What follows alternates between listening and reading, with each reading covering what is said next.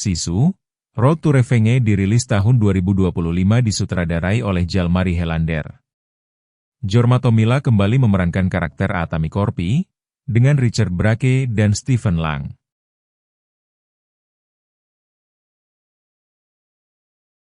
Film ini merupakan sequel dari Sisu 2022. Dalam film ini, Atami Korpi membongkar rumah lamanya, memuatnya ke atas truk, dan bertekad membangunnya kembali di tempat yang aman sebagai bentuk penghormatan atas keluarganya yang telah dibunuh secara sadis.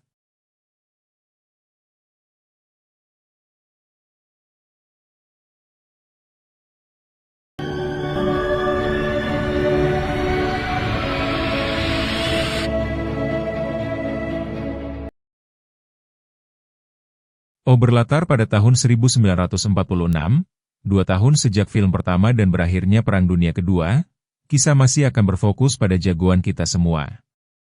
Siapa lagi jika bukan Abah Atami Korpi yang setelah punya banyak uang hasil dari emas yang ia temukan, Atami membeli sebuah truk untuk pulang ke rumahnya melewati perbatasan yang dijaga ketat oleh tentara Soviet. Di mana kita semua akan diperlihatkan dengan sosok Atami yang sebenarnya merupakan pria malang sebatang kara yang harus kehilangan istri dan 2 anaknya tepat saat ia masih aktif sebagai tentari di medan perang.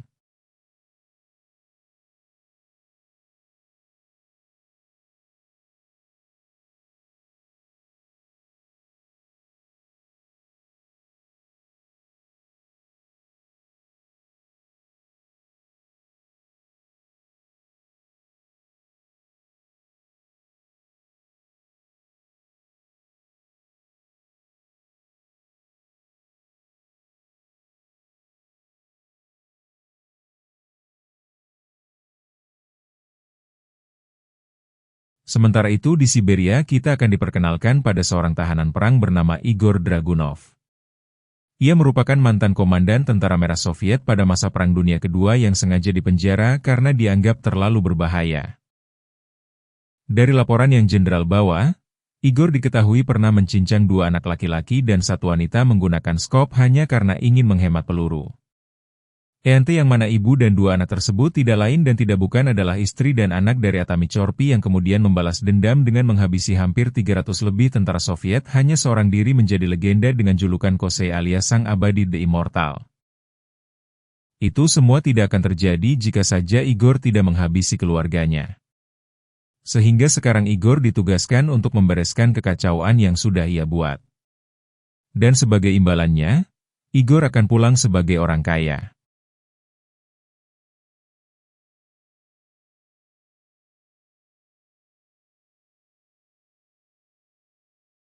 Kembali ke Atami yang sedang membongkar satu persatu kayu rumahnya untuk dibawa menggunakan truk.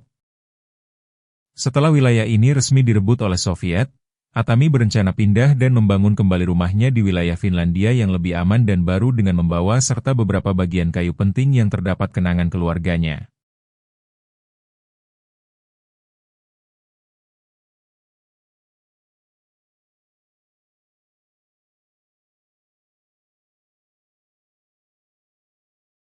Saat dalam perjalanan menuju ke wilayah baru Finlandia, Atami bersama anjing peliharaan pun dihadang oleh tentara Soviet yang ingin memeriksa kartu identitasnya. Ternyata di sana juga sudah ada Igor yang akhirnya berhasil menemukan keberadaan Atami sehingga ia dengan cepat menyuruh 1 anak buahnya untuk membakar truk tersebut menggunakan bom molotov. Dan tebak apa yang akan Atami lakukan?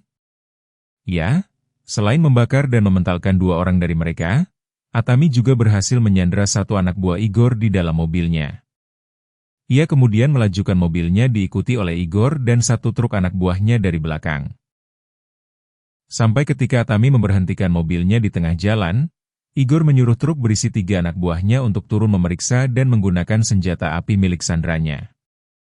Atami menghabisi mereka semua tanpa kesulitan dan hanya menyisakan Igor dan 1 anak buahnya saja. Sebagai mantan komandan, Igor sudah tahu isi pikiran Atami yang hanya akan menyerang jika lawannya melawan. Sehingga ia meminta si sopir untuk tetap diam. Tetapi andai saja Atami tahu bahwa Igor adalah orang yang sudah membunuh keluarganya, niscaya Igor akan mati cepat sebelum ia sempat berkedip.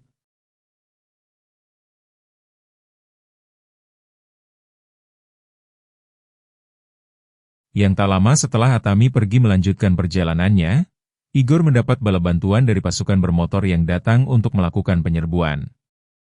Berlokasi di area bekas landasan pesawat, Atami dikejar oleh sepasukan tentara bermotor memakai jirah dan helm baja sehingga luar biasa.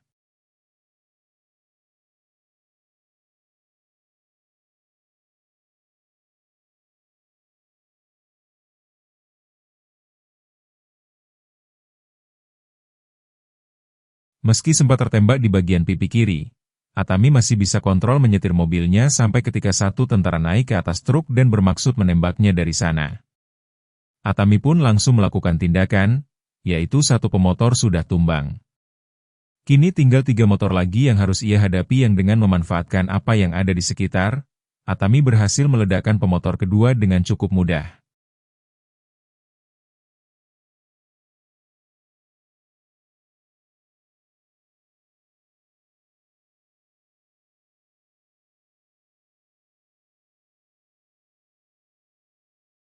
Dan tak belajar dari kesalahan temannya, satu pemotor pun naik ke atas truk dan nyaris membuat jatuh Atami. Tetapi menggunakan tali derek, Atami pun menarik pemotor terakhir hingga kelapanya copot. Untuk Igor karena ia melemparkan bom molotov yang membuat kayunya terbakar. Atami pun tidak akan segan-segan untuk menghabisinya juga dengan cara melemparkan tubuh pemotor barusan dengan peledak yang ada pada badannya. Igor berhasil selamat sementara Atami segera pergi ke tempat aman untuk mematikan api membakar kayunya. Selain beristirahat dan memberi minum anjing peliharaannya, Atami juga berhasil mengeluarkan peluru yang ada di dalam mulutnya bekas satu tembakan yang tadi berhasil menembus pipi kirinya.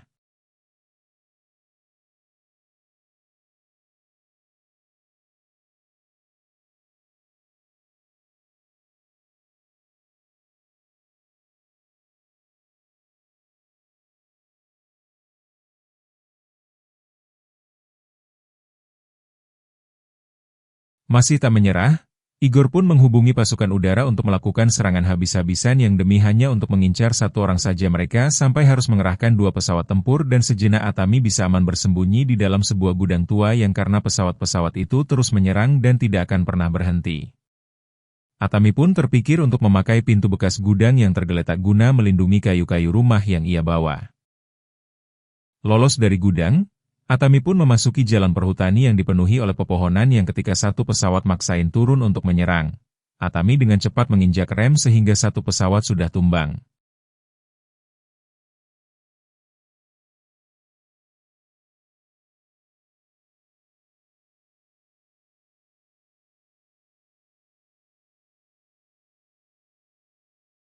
Atami harus melewati jalanan tebing samping laut yang di situ musuh akhirnya kehabisan peluru yang membuatnya tidak punya pilihan lain selain melontarkan dirinya dan menabrakkan pesawatnya ke arah Atami. Dan tebak, apa yang akan Atami lakukan? Sungguh banyak akal sekali abah kita semua satu ini. Celakalah si pilot tadi yang harus turun tepat di depan Atami. Namun ketika akan dihabisi, keburu muncul pesawat lain dari belakang sehingga Atami dengan cepat membereskan kembali kayu-kayunya dan ya. Atami terpaksa meluncur jatuh di arah atas tebing bersama dengan truknya. Tak bisa membiarkan kayu-kayu rumahnya tenggelam, Atami pun dengan cepat melepaskan tali yang mengikatnya agar semua kayu mengambang di atas air.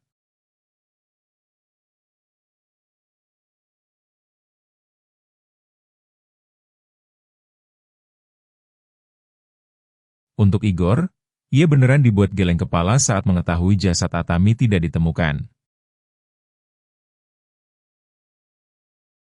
Sementara untuk Atami, ia berhasil mencapai daratan dengan menjadikan kayu-kayu rumahnya sebagai rakit dadakan dan secara kebetulan menemukan sebuah tank bekas perang tergeletak begitu saja hingga terpikir untuk memanfaatkannya.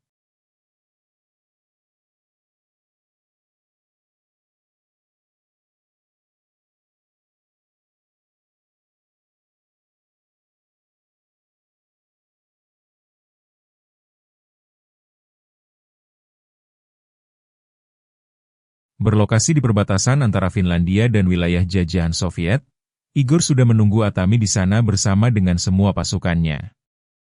Entah apa yang Atami rencanakan, ia terlihat mengangkut semua kayu rumahnya dengan tank tersebut. Dan yang paling mind-blowing adalah Atami berencana melakukan salto ke depan menggunakan sejumlah peledak yang ia pasang di belakang. Lompatannya berhasil, tapi tidak dengan tangnya yang langsung ucutan. Sadar dirinya akan ditangkap. Atami dengan cepat mengambil sebuah pisau dan menghancurkan gagang kayunya menggunakan mulutnya sendiri yang entah apa yang sedang ia rencanakan.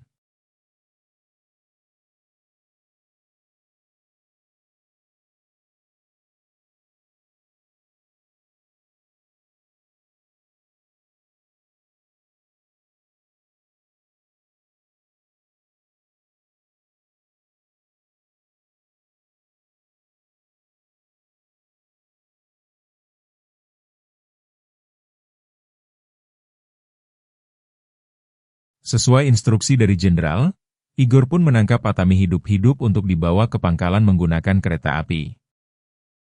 Selama dalam perjalanan, Atami terus disiksa menggunakan cambuk panas mengakibatkan punggungnya bolecak-cakan. Tapi itu bukanlah rasa sakit yang sesungguhnya. Karena ketika Igor bercerita terkait istri dan kedua anaknya serta mengaku bahwa dialah pelaku yang telah menghabisi mereka semua dengan sangat kecil dan tidak manusiawi. Atami baru merasakan rasa sakit yang sebenar-benarnya disertai darah yang mendidih dan puncak kemarahan yang berbeda dari sebelumnya. Sehingga suatu kesalahan besar ketika Igor mengakui kesalahan tersebut saat Atami masih hidup dan masih punya peluang untuk berjuang. Tak lama setelah Igor keluar, Atami yang dipenuhi kemarahan pun langsung mengangkat kakinya ke atas untuk mendorong tubuhnya supaya tali terlepas. Di mana Anda semua yang ada di rumah akan sangat amat dia. Terkejut saat melihat jika pisau yang tadi Atami rusak gagang kayunya ternyata dimasukkan ke dalam pahanya, lebih tepatnya di antara kulit dan daging sehingga balas dendam.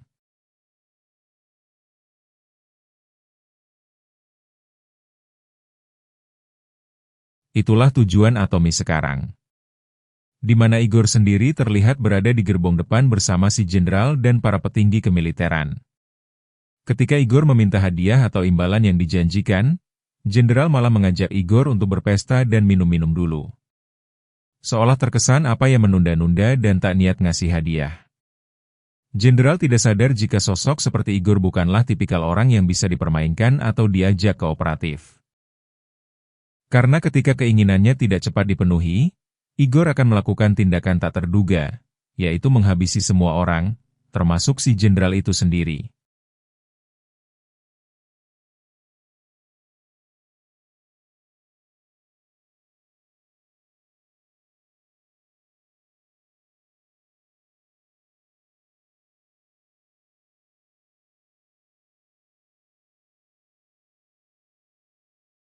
Kembali ke Atami yang tak sengaja menemukan lencok dan memakainya sebagai senjata.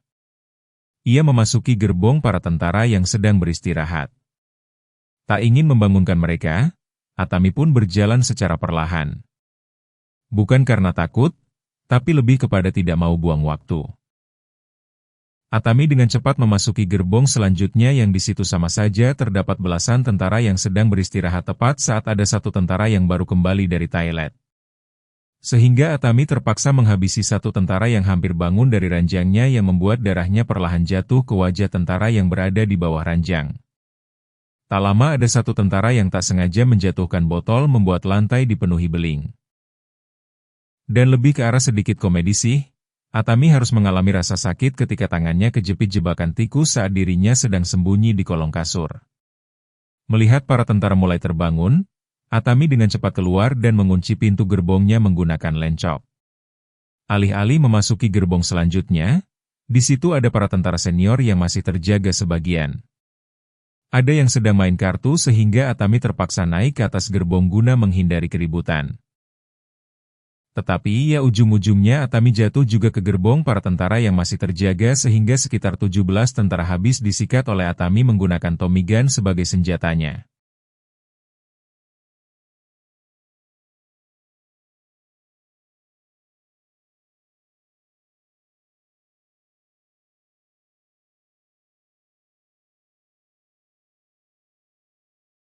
Mendengar suara tembakan dan teriakan anak buahnya, Igor langsung keluar dan menyadari Atami sedang memburunya sehingga ia dengan cepat melepaskan pengait gerbong agar Atami tidak bisa mengejarnya. Dan ya entah apa yang akan Atami lakukan dengan rudal tersebut. Namun saat ada 3 tentara muncul, mereka langsung dikejutkan oleh api yang menyala yang ternyata what the pucek. Atami memanfaatkan roket pendorong pada rudal tersebut untuk mengejar Igor sehingga dengan cepat Atami menghajar Igor merupakan pembunuh keluarganya sama-sama tua dan sudah abah-abah.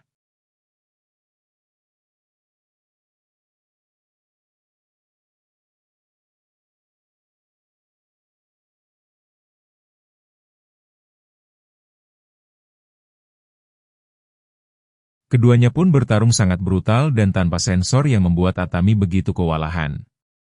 Dikira Atami sudah kalah, Igor benar-benar geleng kepala dan kembali harus bertarung. Yang kali ini mereka saling tusuk-menusuk satu sama lain menggunakan sendok garpu dan apapun yang ada di sekitar sampai akhirnya Atami dibuat tak berdaya setelah Igor menghentamnya dengan skop persis seperti yang ia lakukan terhadap anak dan kedua istrinya.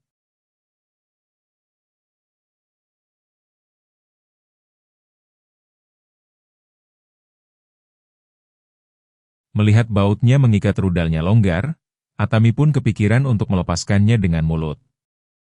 Dan inilah yang terjadi.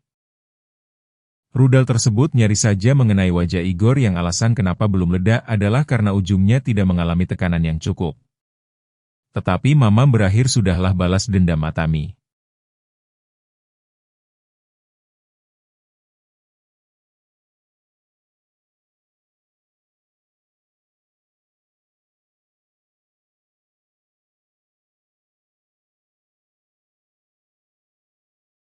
Tapi tidak dengan perjuangannya untuk kembali ke Finlandia.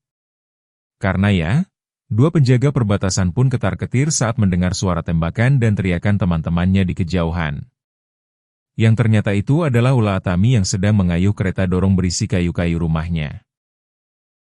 Tak ingin bertindak bodoh dan bernasib sama seperti yang lain. Penjaga perbatasan pun memilih untuk membiarkan Atami lewat.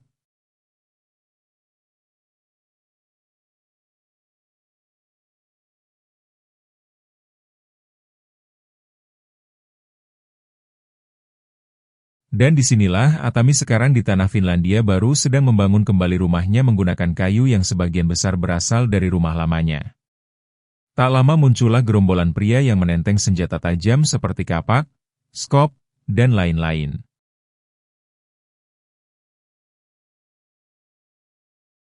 Tetapi saking seringnya terlibat dalam momen adrenalin, Atami sampai suzon dengan mengira bahwa orang-orang ini datang untuk menyerangnya yang padahal mereka semua adalah warga setempat atau tetangga baru Atami yang berniat untuk membantu bikin rumah secara gotong royong.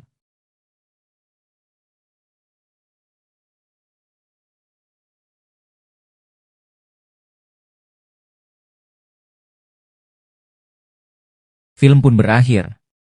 Tamat. Terima kasih sudah menonton.